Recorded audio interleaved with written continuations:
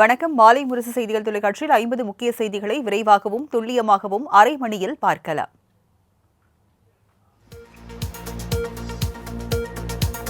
சென்னை நந்தம்பாக்கத்தில் சுற்றுச்சூழல் காலநிலை மாற்றத்துறை சார்பில் 2 நாட்கள் நடைபெறும் தமிழ்நாடு காலநிலை உச்சி மாநாட்டை முதலமைச்சர் மு.க.ஸ்டாலின் இன்று தொடங்கி வைக்கிறார்.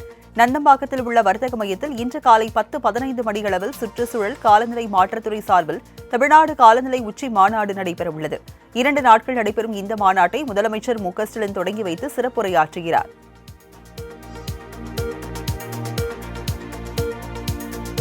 ஈரோடு கிழக்கு தொகுதி இடைத்தேர்தல் பிரச்சாரம் நேற்று மாலை 6 மணியுடன் முடிவடைந்த நிலையில் நாளை வாக்குப்பதிவு நடைபெற உள்ளது.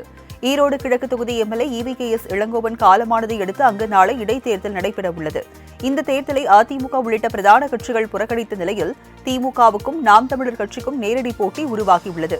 நேற்று மாலையுடன் பிரச்சாரம் நிறைவடைந்தது. நாளை வாக்குப்பதிவு நடைபெறவுள்ள நிலையில் 8ஆம் தேதியன்று வாக்கு எண்ணப்பட்டு அன்றைய தினம் முடிவுகள் அறிவிக்கப்பட உள்ளது.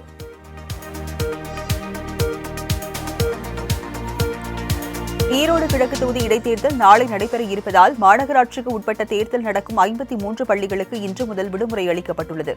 ஈரோடு மாநகராட்சிக்கு உட்பட்ட கிழக்கு தொகுதிகளில் செயல்படக்கூடிய தனியார் பள்ளிகள், அரசு பள்ளிகள், அரசு உதவி பெறும் பள்ளிகள் என 53 பள்ளிகளுக்கு விடுமுறை அளிக்கப்பட்டுள்ளது. தேர்தல் நடத்தும் அதிகாரிகள் இதற்கான அதிகாரப்பூர்வ அறிவிப்பை வெளியிட்டுள்ளனர்.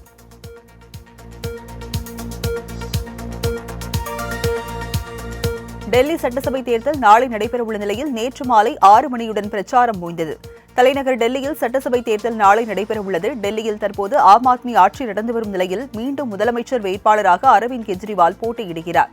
நேற்று மாலை 6 மணியுடன் பிரச்சாரம் முடிவடைந்த நிலையில் வாக்குப்பதிவுக்கான ஏற்பாடுகளில் தேர்தல் ஆணைய அதிகாரிகள் ஈடுபட்டுள்ளனர். நாளை ஒரே கட்டமாக தேர்தல் நடத்தி முடிக்கப்பட உள்ளது. இதில் பதிவாகும் வாக்குகள் வரும் 8ஆம் தேதி எண்ணப்பட்டு அன்றைய தினமே முடிவுகள் அறிவிக்கப்படும் என்பது குறிப்பிடத்தக்கது.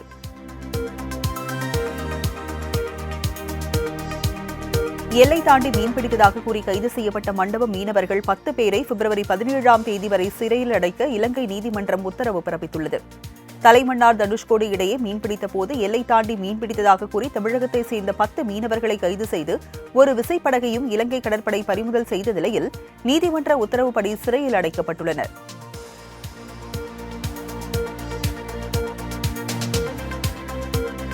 இலங்கை கடற்படையினரால் இந்திய மீனவர்கள் கைது செய்யப்படுவதை தடுக்க நடவடிக்கை எடுக்க வேண்டும் என மத்திய வெளியுறவுத்துறை அமைச்சருக்கு முதலமைச்சர் மு.க.ஸ்டாலின் கடிதம் எழுதியுள்ளார். மீனவர்கள் கைது தொடர்பாக மத்திய வெளியுறவுத்துறை அமைச்சர் ஜெய்சங்கருக்கு முதலமைச்சர் மு.க.ஸ்டாலின் எழுதியுள்ள கடிதத்தில், நமது இந்திய மீனவர்கள் இதுபோன்று கைது செய்யப்படுவதை நிறுத்தவும், இலங்கையின் கட்டுப்பாட்டில் உள்ள அனைத்து மீனவர்களையும் அவர்களது மீன்பிடி படகுகளையும் விடுவிக்கவும் உடனடியாக உயர்மட்ட தூதரக நடவடிக்கைகளை மேற்கொள்ள வேண்டும் என வலியுறுத்தியுள்ளார்.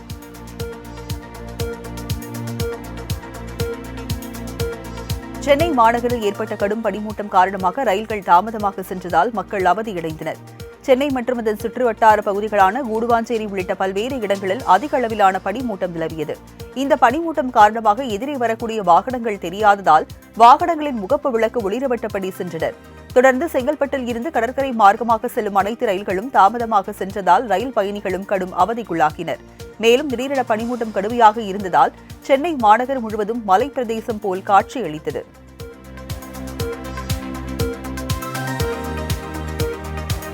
தனது உயிருக்கு ஆபத்து இருப்பதாக பெண் ADGP கல்பனா நாயக் புகார் அளித்திருந்த நிலையில் இந்த குற்றச்சாட்டுக்கு DGP அலுவலகம் தரப்பில் விளக்கம் அளிக்கப்பட்டுள்ளது. தமிழ்நாடு சீருடை பணியாளர்கள் தேர்வில் முறைகேடு நடந்ததாக ADGP அதிகாரி கல்பனா நாயக் குற்றச்சாட்டு விடுத்திருந்தார். கடந்த ஆண்டு ஜூலை 28ஆம் தேதியன்று சென்னை எழும்பூரில் உள்ள சீருடை பணியாளர் தேர்வாணைய அலுவலகத்தில் தீ விபத்து ஏற்பட்டது. இந்த விபத்து தற்செயலாக ஏற்பட்டது போல தெரியவில்லை என்றும், முறைகேடுகளை விசாரித்தால் தன்னை சிலர் கொலை செய்ய திட்டமிடுவதாக தெரிவித்திருந்தார். இந்த நிலையில் சென்னை DGP அலுவலகம் கல்பனா நாயக்கின் குற்றச்சாட்டை மறுத்துள்ளது.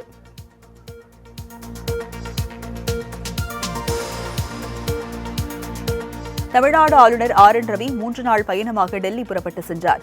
நேற்று மாலை ஏர் இந்தியா விமானத்தில் சென்னையில் இருந்து டெல்லிக்கு புறப்பட்டு சென்றார். இது கவர்னரின் சொந்த பயணம் என்றும், கவர்னரின் டெல்லி பயணத்தில் வேறு முக்கியத்துவம் எதுவும் இல்லை என்றும் கூறப்படுகிறது.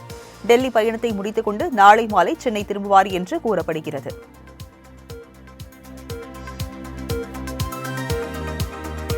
முதலமைச்சர் மு.க.ஸ்டாலின் தலைமையில் வருகிற 10ஆம் தேதி காலை 11 மணியளவில் சென்னை தலைமைச் செயலகத்தில் அமைச்சரவைக் கூட்டம் நடைபெறவுள்ளது. தமிழக பட்ஜெட் விரைவில் தாக்கல் செய்யப்பட உள்ள நிலையில் முக்கியமான திட்டங்கள் குறித்தும் பட்ஜெட் கூட்டத்தொடரை நடத்துவது குறித்தும் விவாதிக்க இக்கூட்டம் கூட்டப்படுகிறது. மேலும் முக்கிய திட்டங்களுக்கு ஒப்புதல் அளிக்க உள்ளதாகவும் தெரிகிறது.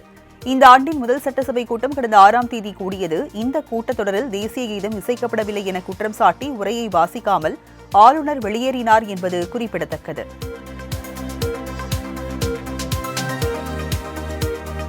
மத்திய பாஜக அரசின் பல்கலைக்கழக நிதிநிலை குழு வெளியிட்டுள்ள வரைவு நெறிமுறைகளை திரும்பப் பெற வலியுறுத்தி தலைநகர் டெல்லி ஜந்தர் மந்தரில் திமுக மாணவர் அணி சார்பில் வரும் 6ஆம் தேதி மாபெரும் ஆர்ப்பாட்டம் நடைபெறவுள்ளது.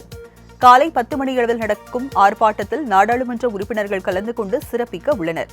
கழக மாணவர் அணியின் மாநில, மாவட்ட, மாநகர அமைப்பாளர்கள் தங்களது துணை அமைப்பாளர்கள் மற்றும் மாணவர் அணியினருடன் பெருமளவில் பங்கேற்று ஆர்ப்பாட்டத்தை வெற்றியடைய செய்ய வேண்டும் என கேட்டுக் கொள்ளப்பட்டுள்ளது.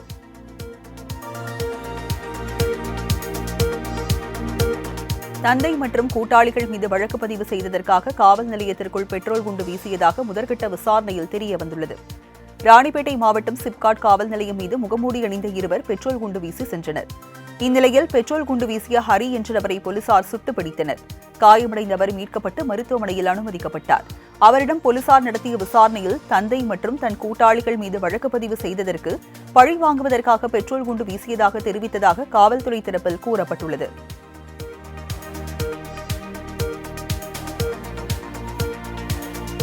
ஆம்ஸ்ட்ராங் கொலை வழக்கில் கைது செய்யப்பட்டுள்ள நாகேந்திரனை சிகிச்சை பெற அனுமதி கோரிய மனு மீதான உத்தரவு இன்று வழங்கப்பட உள்ளது. ஆயுள் தண்டனை கைதியாக வேலூர் சிறையில் அடைக்கப்பட்டிருந்த நாகேந்திரன் ஆம்ஸ்ட்ராங் கொலை வழக்கில் முதல் எதிரியாக கைது செய்யப்பட்டுள்ளார். அவருக்கு சில ஆண்டுகளுக்கு முன்பு கல்லீரல் மாற்று அறுவை சிகிச்சை செய்யப்பட்டதால் உடல்நலக்குறைவு ஏற்பட்டு வேலூர் சிஎம்சி மருத்துவமனையில் சிகிச்சை பெற்று வருகிறார்.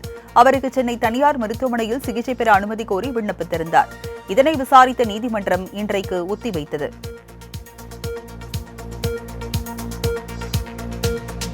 ஜகபர் அலி கொலை வழக்கில் கைதான 5 பேரையும் காவலில் எடுத்து விசாரிக்க சிபிசிஐடிக்கு புதுக்கோட்டை நீதிமன்றம் அனுமதி வழங்கியுள்ளது. கனிம வள கொள்ளையை தடுத்ததால் சமூக ஆர்வலர் ஜகபர் அலி கொலை செய்யப்பட்டார். இவ்வழக்கில் முருகானந்தம், காசிராஜன், ராசு, ராமையா உள்ளிட்ட 5 பேர் கைது செய்யப்பட்டு புதுக்கோட்டை மாவட்ட சிறையில் உள்ளனர். இவர்களை காவலில் எடுத்து விசாரிக்க சிபிசிஐடி போலீசார் மனு தாக்கல் செய்திருந்தனர். இதனை விசாரித்த புதுக்கோட்டை நடுவர் நீதிமன்ற நீதிபதி பாரதி 3 நாட்கள் காவலுக்கு அனுமதி அளித்து உத்தரவிட்டார்.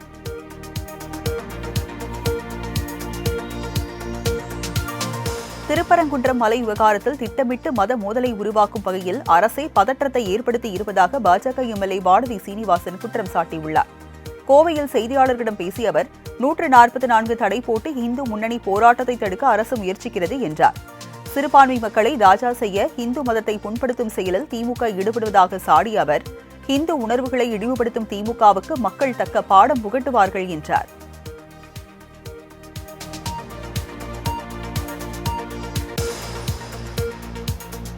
மத நல்லிணக்கத்தை விரும்புவர்கள், இந்து முஸ்லிம் இடையே இணக்கமாக வாழ நினைப்பவர்கள் தர்காவை வேறு இடத்திற்கு மாற்றலாம் என பாஜக மூத்த தலைவர் ராஜா தெரிவித்துள்ளார். மதுரை விமான நிலையத்தில் செய்தியாளர்களுக்கு பேட்டியளித்த அவர் தர்கா வருவதற்கு முன்பாக அங்கு இருந்து காசி விஸ்வநாதர் கோவில்தான் என்றும் அப்போது சிக்கந்தருக்கு எங்கு என்ன வேலை என கேள்வி எழுப்பினார். இந்துக்களுக்கு மட்டுமே அந்த மலை சொந்தம் என ராஜா கூறினார்.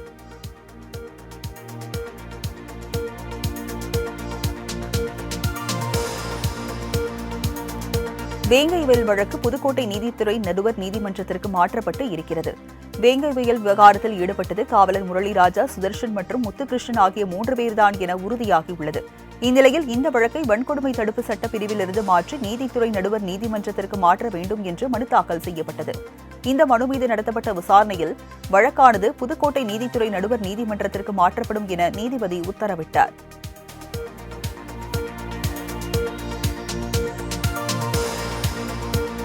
வேங்கை வயல் சம்பவத்தில் பொய்யான குற்றப்பத்திரிகை தாக்கல் செய்த சிபிசிஐடி போலீசாரை கண்டித்தும் உண்மையான குற்றவாளிகளை கண்டுபிடிக்க கோரியும் விருத்தாச்சலத்தில் விசிகாவினர் பேரணியாக செல்ல முயன்றனர். ஆனால் போலீசார் இதற்கு அனுமதி மறுத்தனர். இதையடுத்து தடையை மீறி ஊர்வலம் செல்ல முயன்ற விடுதலை சிறுத்தை கட்சியினருக்கும் போலீசாருக்கும் இடையே கடும் தள்ளுமுள்ளு ஏற்பட்டது. தொடர்ந்து அங்கு போலீசார் குவிக்கப்பட்டு தடையை மீறி அனைவரையும் கைது செய்து மண்டபத்தில் அடைத்தனர். இதனால் அப்பகுதியில் மிகுந்த பரபரப்பும் போக்குவரத்து நெரிசலும் ஏற்பட்டது.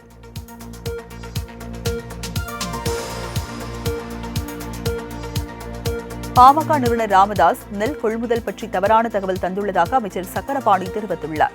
நெல் கொள்முதலில் தமிழக அரசின் உரிமையை மத்திய அரசிடம் தாரை வார்க்கக்கூடாது என பாமக நிறுவனர் ராமதாஸ் வலியுறுத்தியிருந்தார். இதற்கு பதிலளித்த அமைச்சர் சக்கரபாணி அறிக்கை வெளியிட்டுள்ளார். அதில் தமிழ்நாடு நுகர்பொருள் வாணிப கழகம் சார்பில் தான் தேசிய கூட்டுறவு நுகர்வோர் இணையம் நெல் கொள்முதல் செய்வதாகவும் 2 கொள்முதல் நிலையங்களிலும் ஒரே விலையில் தான் நெல் கொள்முதல் செய்யப்படுவதாகவும் தெரிவித்துள்ளார். இதை எதுவும் அறியாமல் நெல் கொள்முதல் பணி பற்றி இவ்வாறு கருத்து தெரிவித்திருப்பது சரிதானா என்று ராமதாசுக்கு அவர் கேள்வி எழுப்பியுள்ளார். LGBTQ சமூகத்தினர் மற்றும் மருவிய பாலினத்தவர்களுக்கு வரைவு கொள்கைகளை பிப்ரவரி 17ஆம் தேதி சமர்ப்பிக்க தமிழக அரசுக்கு சென்னை உயர்நீதிமன்றம் உத்தரவிட்டுள்ளது. LGBT சமுதாயத்தினரின் உரிமைகள் பாதுகாப்பு தொடர்பான வழக்கு நீதிபதி ஆனந்த் வெங்கடேஷ் முன்பு மீண்டும் விசாரணைக்கு வந்தது. அப்போது பிற துறைகளின் கருத்துக்களின் அடிப்படையில் கொள்கை வகுத்து அமைச்சரவையின் ஒப்புதலை பெற்று அறிவிக்கப்படும் என்று அரசு தரப்பில் விளக்கம் அளிக்கப்பட்டது. அந்த வரைவு கொள்கையை விரைவில் சமர்ப்பிக்க நீதிபதி உத்தரவிட்டார்.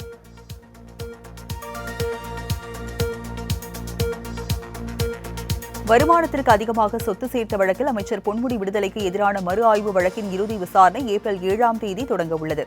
கடந்த 1996, 2001ஆம் ஆண்டுகளில் திமுக ஆட்சிக் காலத்தில் போக்குவரத்து துறை அமைச்சராக பொன்முடி பதவி வகித்த காலத்தில் 1,36,00,000 ரூபாய் அளவுக்கு சொத்து குவித்ததாக வழக்கு பதிவு செய்யப்பட்டது. விழுப்புரத்திலிருந்து வேலூருக்கு மாற்றப்பட்ட இவ்வழக்கு பொன்முடி மற்றும் அவரது மனைவி விசாலாட்சி ஆகியோர் விடுதலை செய்யப்பட்டனர். இதற்கு எதிராக உயர்நீதிமன்ற நீதிபதி ஆனந்த் வெங்கடேஷ் தாமாக முன்வந்து விசாரணைக்கு எடுத்தார். இதன் மீதான விசாரணை ஏப்ரல் 7ஆம் தேதி முதல் 17ஆம் தேதி வரை தினம்தோறும் நடைபெறும் என்று அவர் தெரிவித்துள்ளார்.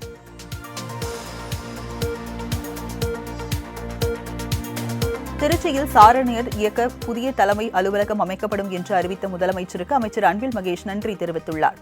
மணப்பாறையை அடுத்து சிப்காட் வளாகத்தில் நடைபெற்ற பாரத சாரணியர் இயக்க விழா மற்றும் கலைஞர் நூற்றாண்டு விழாவில் அமைச்சர் அன்பில் மகேஷ் கலந்து கொண்டார். பின்னர் செய்தியாளர்களை சந்தித்த அவர் சாரணியர் இயக்கம் என்றால் என்ன என்பது குறித்தும் அரங்கத்தில் தெளிவாக இருந்தது என தெரிவித்தார்.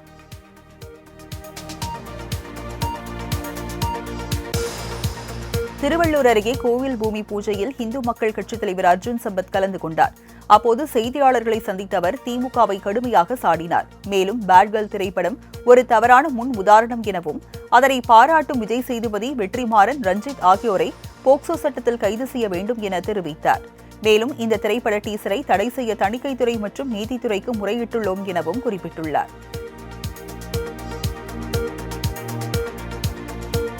திருப்பரங்குன்றம் மலை விவகாரம் தொடர்பாக பரமக்குடியில் இந்து முன்னணி நிர்வாகி வீட்டுக் காவலில் கைது செய்யப்பட்டுள்ளார். மதுரை மாவட்டம் திருப்பரங்குன்றம் மலை தொடர்பாக இரு தரப்பினரிடையே பிரச்சினை நடைபெற்று வருகிறது. இந்த நிலையில் திருப்பரங்குன்றம் மலையை காப்போம் என்ற கோரிக்கையை முன்வைத்து போராட்டம் நடத்த இந்து முன்னணி அமைப்பினர் அறிவித்துள்ளனர். இந்நிலையில் ராமநாதபுரம் மாவட்டம் பரமக்குடியில் இந்து முன்னணி மாவட்ட பொதுச் செயலாளர் வீரபாண்டி மற்றும் பாஜக முன்னாள் ஒன்றிய செயலாளர் முத்துலிங்கம் ஆகியோரை பரமக்குடி டவுன் போலீசார் கைது செய்தனர்.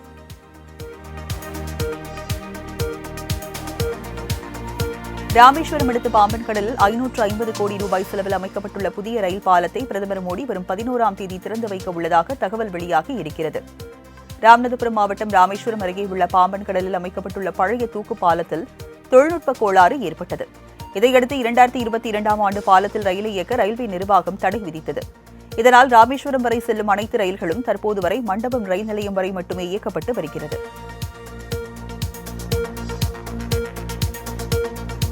தினமும் சர்தார் பட்டேல் மற்றும் அம்பேத்கர் பற்றி பேசும் மத்திய பாஜக அரசு அவர்களின் மதிப்புகளை ஒவ்வொரு நாளும் அழித்து வருகிறது என மக்களவை எதிர்க்கட்சித் தலைவர் ராகுல் காந்தி குற்றம் சாட்டியுள்ளார். மக்களவையில் பேசிய அவர் வெறுப்பு, வன்முறை மற்றும் கோபம் நம் நாட்டை அழிக்கின்றன என குற்றம் சாட்டினார்.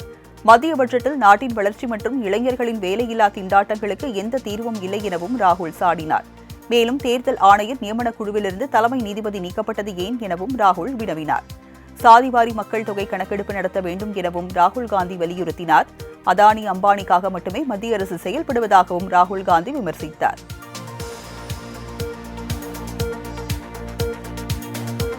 தமிழ்நாடு ரயில்வே திட்டங்களுக்கு 2025-26ஆம் நிதியாண்டிற்கான மத்திய பட்ஜெட்டில் 6,626 கோடி நிதி ஒதுக்கீடு செய்யப்பட்டுள்ளது. அம்ரித் பாரத் திட்டத்தின் கீழ் 2,948 ரூபாய் கோடி மதிப்பீட்டில் 77 ரயில் நிலையங்களின் மேம்பாட்டு பணிகள் நடந்து வருவதாகவும் கூறப்பட்டுள்ளது. மேலும் 2,587 கிலோமீட்டர் நீளத்திற்கு புதிய தண்டவாளங்கள் அமைக்கும் பணிகள் 33.467 கோடி மதிப்பீட்டில் நடந்து வருவதாகவும் மத்திய அமைச்சர் அஸ்வினி வைஷ்ணவ் தெரிவித்திருக்கிறார்.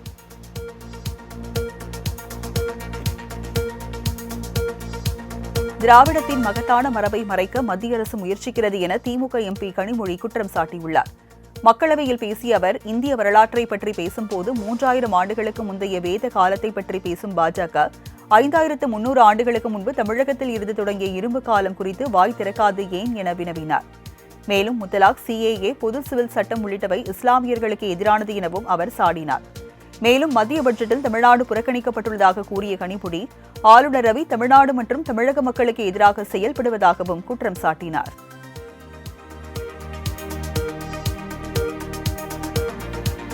சர்ஜிக்கல் ஸ்ட்ரைக் நடத்தி பாகிஸ்தானில் உள்ள பயங்கரவாதிகளை ஒழித்தவர் பிரதமர் மோடி என உள்துறை அமைச்சர் அமித் ஷா கூறினார். டெல்லி துவாரகாவில் நடைபெற்ற தேர்தல் பிரச்சார பொதுக்கூட்டத்தில் உரையாற்றிய மத்திய உள்துறை அமைச்சர் அமித் ஷா, நாளை நடைபெறும் தேர்தலில் அடுத்த 5 ஆண்டுகளுக்கு டெல்லியை யார் ஆட்சி செய்வார்கள் என்பதை மக்கள் தீர்மானிக்க வேண்டும் என்றார்.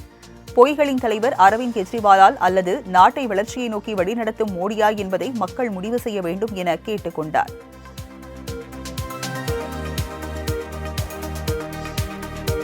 ராகுல் காந்தி தன் மீது வேண்டும் என்றே தவறான தகவலை பரப்பியுள்ளதாக வெளியுறவுத்துறை அமைச்சர் ஜெய்சங்கர் பதிலடி கொடுத்துள்ளார். அமெரிக்க அதிபர் டிரம்ப் பதவியேற்பு விழாவில் ஜெய்சங்கர் பங்கேற்றது குறித்து ராகுல் பல்வேறு குற்றச்சாட்டுகளை கூறியிருந்தார். இதனை மறுத்துள்ள ஜெய்சங்கர், அமெரிக்காவில் தனது பயணத்தின் போது நடந்தவற்றை விளக்கியுள்ளார். ராகுல் காந்தியின் இந்த பொய்கள் அரசியல் நோக்கத்திற்காக இருக்கலாம் என்றும் அவை வெளிநாட்டில் நமது மரியாதையை குலைக்கும் எனவும் சாடியுள்ளார்.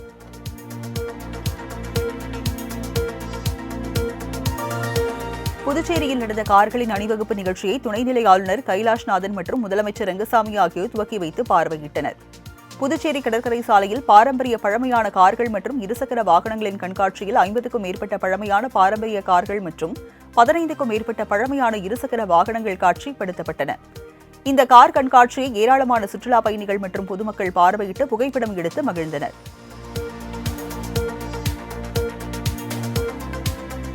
கச்சத்தீவு திருவிழாவுக்கு மொத்தம் 3500 பேர் செல்வதற்கு அரசு அனுமதி அளித்துள்ளது.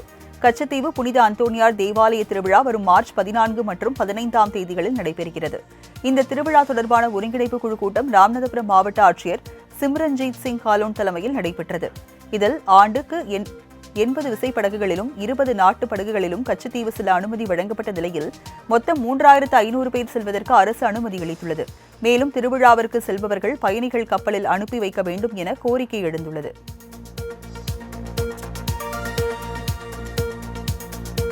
கோவை மாவட்டம் அன்னூர் அருகே வடமாநில இளைஞர்களிடம் ஜிபேயில் 25,000 ரூபாய் பணம் பறித்த 5 பேர் கைது செய்யப்பட்டுள்ளனர். உத்தரப்பிரதேச மாநிலத்தைச் சேர்ந்த சுபாஷ், ராகேஷ் உள்ளிட்ட 4 பேர் மாசாண்டிபாளையத்தில் உள்ள தனியார் நிறுவனத்தில் பணியாற்றி வருகின்றனர். இவர்கள் நள்ளிரவு பணி முடிந்து திரும்பிக் கொண்டிருந்த போது அங்கு வந்த கமலேஷ், லோகேஷ் உள்ளிட்ட 5 பேர் அவர்களை கத்தி மற்றும் பீர் பாட்டிலை காட்டி மிரட்டி ஜிபேயில் 25,000 ரூபாயை பறித்து சென்றுள்ளனர். இதுகுறித்து போலீசார் விசாரித்து 5 பேரையும் கைது செய்தனர்.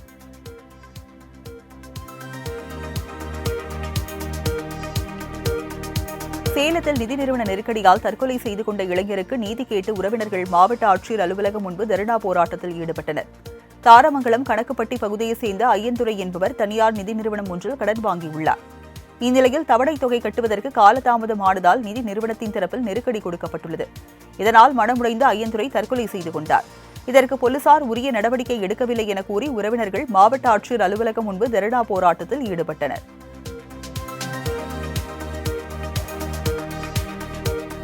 கள்ளக்குறிச்சியில் புரட்சி பாரதம் கட்சியின் சார்பில் கண்டன ஆர்ப்பாட்டம் நடைபெற்றது.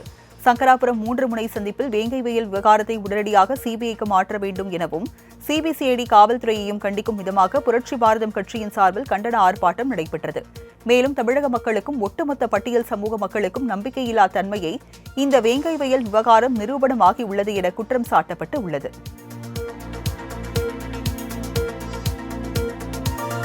திண்டுக்கல் மாவட்டம் கொடைக்கானலில் உள்ள பெருமாள் மலை பகுதியில் கள்ளச்சந்தையில் விற்ற மது பாட்டில்களை அப்பகுதி பெண்கள் சாலையில் தூக்கி உடைத்து போராட்டத்தில் ஈடுபட்டனர். மது விற்பனை நடைபெறும் கடையும் சூறையாடப்பட்டது. கள்ளச்சந்தையில் மது விற்பது தொடர்பாக புகார் அளித்தும் போலீசார் எவ்வித நடவடிக்கையும் எடுக்கவில்லை என்பது போராட்டத்தில் ஈடுபட்ட பெண்களின் குற்றச்சாட்டாகும். மது விற்பனை குறித்து காவல்துறையினர் கண்டுகொள்வதில்லை எனவும் பெண்கள் வேதனை தெரிவித்தனர்.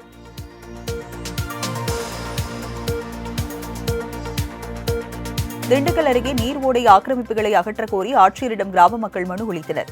திண்டுக்கல் மாவட்ட ஆட்சியர் அலுவலகத்தில் வாராந்திர மக்கள் குறைதீர் கூட்டம் ஆட்சியர் பூங்கொடி தலைமையில் நடைபெற்றது.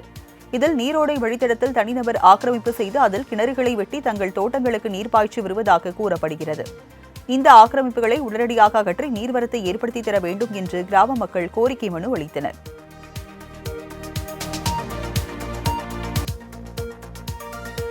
திருப்பூர் தாராபுரத்தை அடுத்துள்ள உப்பாறு அணையில் இருந்து 177.5 மில்லியன் கன அடி நீர் திறக்கப்பட்டுள்ளது. உப்பாறு அணையில் இருந்து தண்ணீரை திறந்துவிட தமிழக முதலமைச்சருக்கு கோரிக்கை விடுத்திருந்தனர். இதனையடுத்து 177.5 மில்லியன் கன அடி நீர் திறந்துவிடப்பட்டது. அணையில் இருந்து சீறி பாய்ந்த பாசன நீரை பொதுமக்கள், விவசாயிகள் மற்றும் நீர்வளத்துறை அதிகாரிகள் மலர் தூவி வரவேற்றனர். இதனால் சுற்றுப்புற கிராமங்களில் உள்ள 6060 ஏக்கர் நிலங்கள் பாசன வசதி பெறுகின்றன.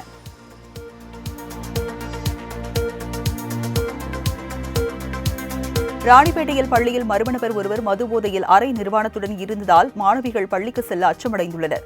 அரக்கோணம் கிருஷ்ணாம்பேட்டை பகுதியில் அரசு பெண்கள் ஆதி திராவிடர் நல மேல்நிலைப் பள்ளி செயல்பட்டு வருகிறது. இந்த பள்ளி வளாகத்திற்குள் மர்ம நபர் ஒருவர் அரை நிர்வாணத்துடன் இருப்பதாக பள்ளி மாணவிகள் பெற்றோரிடம் புகார் தெரிவித்தனர்.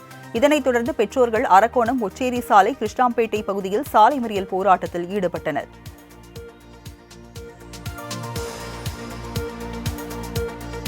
தென்காசி அருகே ஆற்றில் அடையாளம் தெரியாத ஆண் சடலம் மிதந்ததால் பரபரப்பு ஏற்பட்டது.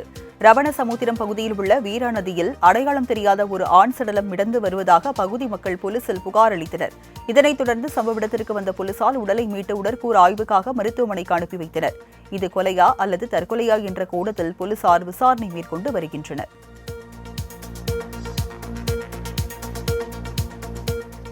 திருப்பத்தூரில் பாட்டிக்கு சாப்பாடு கொடுத்த பேரன் மீது கொலைவெறி தாக்குதல் நடத்தப்பட்ட சம்பவம் பரபரப்பை ஏற்படுத்தியுள்ளது.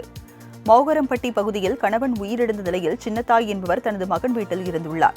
இந்நிலையில் அவரது பேரன் கணேசன் சின்னத்தாய்க்கு சாப்பாடு கொடுத்ததாக தெரிகிறது. இதனால் ஆத்திரமடைந்த கணவன் மனைவி கணேசனை கிரிக்கெட் மட்டையால் தாக்கியதில் அவர் மருத்துவமனையில் அனுமதிக்கப்பட்டுள்ளார். இச்சம்பவம் குறித்து கந்தளி போலீசார் விசாரித்து வருகின்றனர்.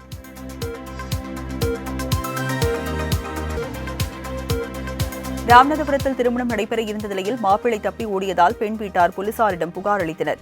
மேலப்பெருங்கரை உள்ள கோவிலில் பாண்டி, குஷியா காந்தி இவர்கள் இருவருக்கும் திருமணம் நடைபெற இருந்தது. இந்நிலையில் திருமணத்திற்கு மாப்பிள்ளை மற்றும் அவரது வீட்டார் அனைவரும் வராதால் அதிர்ச்சியடைந்த பெண் வீட்டார் காவல் நிலையத்தில் புகார் அளித்தனர். நீலகிரியில் கூடலூர் வாகன ஓட்டுநர்கள் சங்கம் சார்பில் மாவட்ட ஆட்சியரிடம் புகார் மனு அளிக்கப்பட்டது. கூடலூர் உழவர் சந்தை முன்புறம் சுற்றுலா வாகனங்கள் நிறுத்தும் இடம் கடந்த 15 வருட காலமாக உள்ளது. தற்போது நகரம் முழுவதும் வியாபாரிகள் சங்கத்தினரால் சாலையில் இருபுறமும் ஆக்கிரமிக்கப்பட்டுள்ளது.